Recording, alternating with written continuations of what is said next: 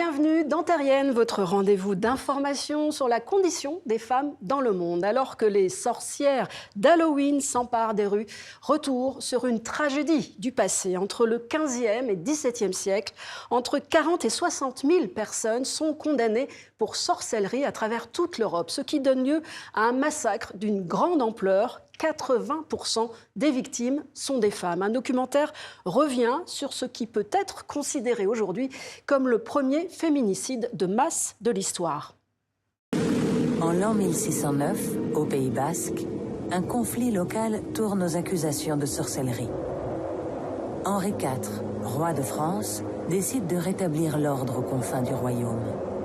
Il envoie sur place une commission pour juger les sorciers et sorcières. Le procès dure 4 mois.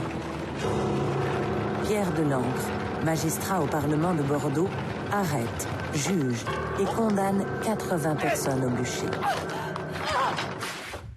Oui, et dans ce documentaire, historiens et historiennes tentent de décrypter l'origine de ce féminicide de masse, une origine basée sur un courant de pensée profondément misogyne, comme nous l'explique Marie Thierry, la réalisatrice.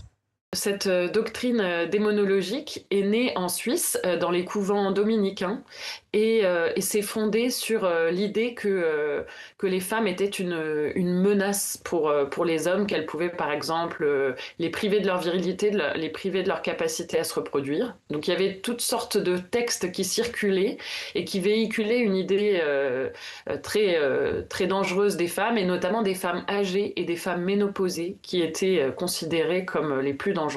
Ça part de théories de l'Église qui développe une idée qu'une secte de femmes se rassemble la nuit pour vénérer le diable.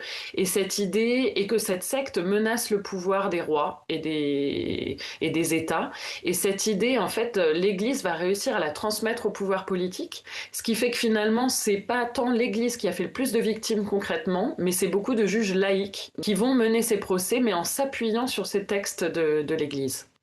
Et au-delà du massacre de ces milliers de femmes, le mythe de la sorcière vieille, laide, au pouvoir maléfique, un mythe basé sur la peur, a perduré au cours des siècles. Les bûchers ont marqué la population et la figure de la vieille femme est restée une figure qui fait peur encore aujourd'hui et qui a été reprise dans les contes pour enfants.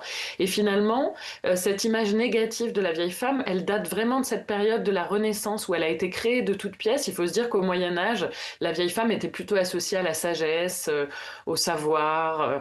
Mais en fait, comme les femmes vivaient plus âgées que les hommes, il se trouvait régulièrement que des vieilles femmes se trouvaient sans hommes pour les contrôler. Et cette idée de femme sans contrôle faisait très peur à partir de la Renaissance. Toutes les informations sur ce documentaire sont à retrouver sur le site de TV5 Monde, à la rubrique Terrienne. À la semaine prochaine.